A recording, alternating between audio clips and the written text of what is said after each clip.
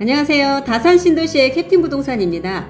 어제 금요일 날짜로 올라온 KB 시세와 더불어서 새롭게 올라온 실거래가 내역들 그리고 호가 내역 함께 살펴보시도록 하겠습니다. 자, KB 시세 먼저 보시는데요. 이번 주에는 큰 폭의 변함없이 두 곳에서 빨간색 글자가 보이고 있습니다. 힐스테이트에서 작은 타입 66에서 시세 상승이 있었는데 지난번에 비해서 약간 좀 큰 폭으로 상승한 것으로 보이네요. 일반가 기준으로 해서 2,500 상승하면서 8억대로 껑충 올라선 모습 보이고 있습니다. 그리고 지금 지구에서는 신한 1차, 신한 리버에서 7억 9,500으로 여기도 1,500 지난주 대비 1,500만원 KBC 상승을 보이고 있습니다. 서울에서 드디어 이제 하락이 시작이 되었다, 보합에서 하락으로 전환되었다 이런 얘기들이 많이 있는데요. 아직 다산에서는 적어도 KB 시세 상에서는 눈에 띌 만한 그 하락의 조짐은 보이고 있지 않습니다. 보합 내지는 일부 단지에서는 약간의 KB 시세 상승 또한 이루어지고 있다라고 말씀드리면 되겠네요. 실거래가입니다. 자, 실거래가가 정말 띄엄띄엄 올라오고 있습니다. 정말 귀해요, 매매가. 그런 의미에서 KB 시세에서는 여전히 일부 단지에서 상승이 나타나고 있기는 하지만 시장 분위기는 상승 분위기는 아닙니다. 보합 내지는 멈춰있는 상태 정도로 보시는 게 좀 더 타당할 것 같아요. 반도이브런 메이플타운 새롭게 올라온 것은 없습니다. 매매는요. 대신에 전월세가 3건이 나란히 올라왔네요. 요거는 보면 임대사업자 물건이겠죠. 그래서 일반적인 시세는 아닌 거고요. 5억 4억 9천. 자, 날짜가 급한 거가 4억 9천에 시세보다 저렴하게 나간 것도 있습니다. 아이파크 역시 매매, 전월세 다 조용했네요.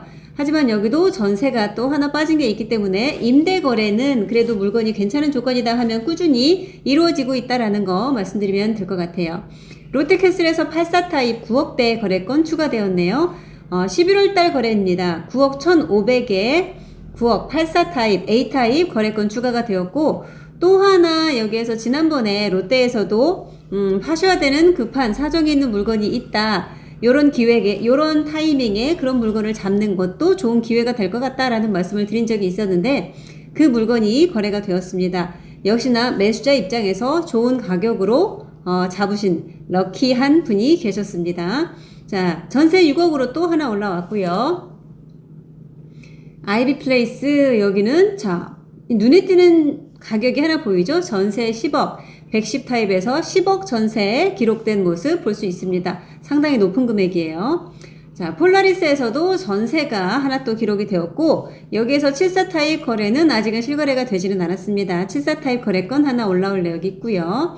힐스테이트에서도 자 8억. 최근에 거래되는 것들은 보면은 기존에 거래된 거 말고 좀 급한 물건들, 사정이 있는 것들 위주로 띄엄띄엄 거래가 되고 있다라고 보면 될 것 같아요. 요 66 타입 또한 8억으로 급한 날짜이신 분이 거래가 된 거고, 요 나란히 보면은요, 같은 물건으로 보이지 않습니까? 21일 날짜에 66 타입의 21층입니다. 그리고 이례적으로 높은 전세 가격으로 볼 수가 있습니다. 7억 7,500. 와, 대박, 전세 가격 이렇게 높아 라고 보실 게 아니라 시세와 많이 다르다 싶으면 요거는 일반적인 시세는 아니겠구나 라고 판단하시는 게 조금 더 맞습니다. 보면은 가격도 거의 비슷하죠. 추정하실 수 있기로는 잔금을 좀 늦은 잔금으로 미루면서 그 기간까지 전세 계약을 쓰신 것으로 보인다. 그 정도로 추정할 수 있다라고 보시면 될 것 같습니다. 일반적인 시세라고 판단하시면 안 됩니다. 이 편한 세상. 자, 여기는 84 타입 기준으로 8억 5천 가격부터 시작을 하고 있는데 거래는 이루어지지 않고 있습니다. 여기도 지금 파셔야 되는 물건들은 있습니다. 그런데 지금 아직 거래는 이루어지지 않고 있는 상황이고요. 유승 센트럴에서도 역시나 조용하고 있습니다. 조용한 모습 이어지고 있어요. 이제 74 타입도 좀 가시권에 들어오는 금액으로 내려오고 있기 때문에 한번 보셔도 좋을 것 같고요. 이 편은 자이 8억 7천에 거래 추가가 되었습니다. 8억 7천에 자 고층이에요. 27층인데 8억 7천이에요. 여기도 기존 거래가에 비하면 이렇게 8억 후반대로 거래가 된다라는 거는 다들 좀 급하신 물건, 사정이 있는 물건들이 거래가 되고 있구나 라고 보시는 게 맞습니다. 전세는 저렴하지 않죠? 6억에 꾸준히 올라오고 있습니다. 이 편한 자리에서 아직은 조금 시간이 남아 있습니다. 급한 물건 잡을 수 있는 게 있으니까요. 요 단지 가장 인기 있는 단지죠. 좀 보신다, 관심 있게 보신다라고 하면 아직 남아있는 그 기회를 잡으실 수도 있습니다. 이편한시장 더 퍼스트. 자, 여기는 다 까만 글씨네요. 리버팰리스, 골든뷰 다 매매 잠잠한 모습 있고요. 리버팰리스에서 10월 달에 있었던 전세 거래가 뒤늦게 등록이 되었네요. 5억 3천 좀 늦게 실거래가 등록이 된 모습 볼 수가 있습니다. 리버파크입니다. 여기도 매매는 조용했고 전세 월세 각각 하나씩 올라왔네요. 6억대로 보시면 될 것 같아요. 지금입니다. 푸르지오 여기는 현재는 소강 상태에 접어들었습니다. 이렇게 10월 달에 2건 각각 하나씩 올라온 이후에 그 이후는 매매 조용한 모습 이어지고 있고요. 전월세 하나씩 나오고 있습니다. 에일리넷들도 이번 주에는 새롭게 올라온 것은 없어요.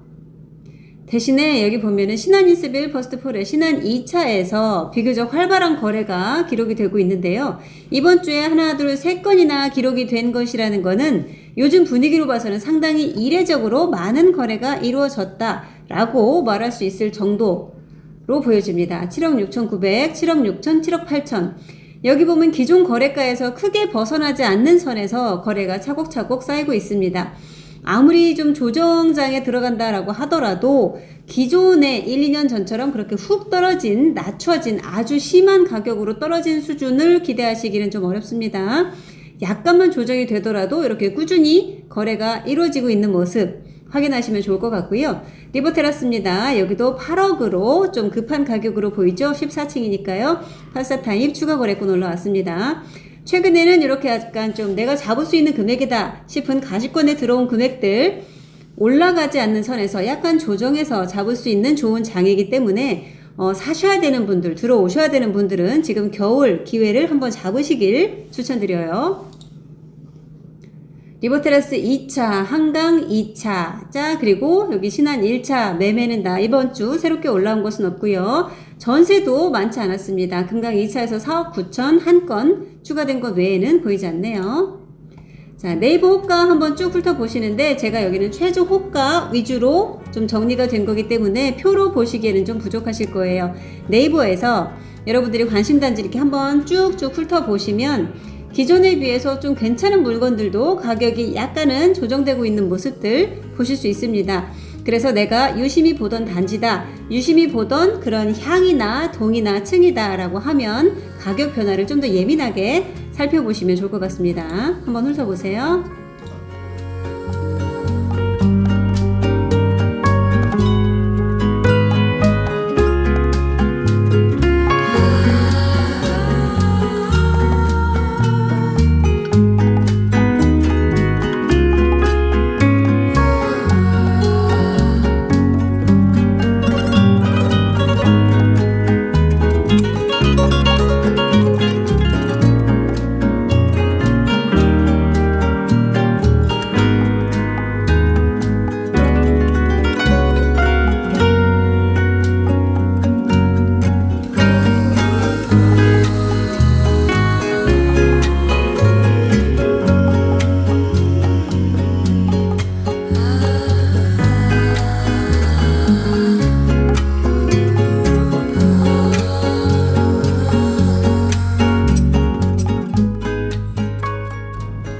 이번 주에는요, 용기라는 키워드를 한번 가져와 봤습니다.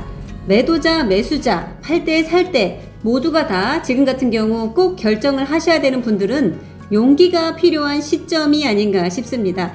군중심리나 두려움, 사실 결정을 하는 대부분의 분들은 내 필요에 의해서 움직이시는 경우도 분명히 있지만 상당히 많은 분들께서는 저 군중심리, 이 심리 싸움에서 지시는 경우도 상당히 많다라고 보여집니다.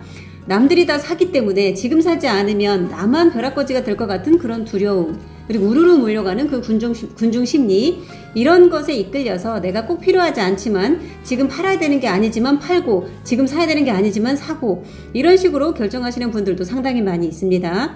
하지만 지금 같은 경우는요, 또 다른 의미의 두려움이 있으시죠. 지금 어떻게 될지 모르니까 가격이 막 상승을 하거나 막 떨어지거나 그런 장이 아닙니다. 아직 기싸움을 하고 있고 어느 방향으로 튈지 알 수가 없는 상황입니다. 그래서 요 겨울이 지나고 내년 봄이 되면 금리가 어떻게 변할까? 규제가 어떻게 변할까? 시장이 어떻게 변할까? 이런 불확실성에서 오는 그런 두려움. 내년에 떨어지면 어쩌지? 내년에 오르면 어쩌지? 이런 걱정들 때문에 필요하신 분들조차도 결정을 못하고 계신 경우가 상당히 많이 있습니다. 먼저 매도자분들의 입장이라면 꼭 하셔야 되고 팔고 이사를 하셔야 되는 분들의 경우라면요. 안 급하신 분들 말고요.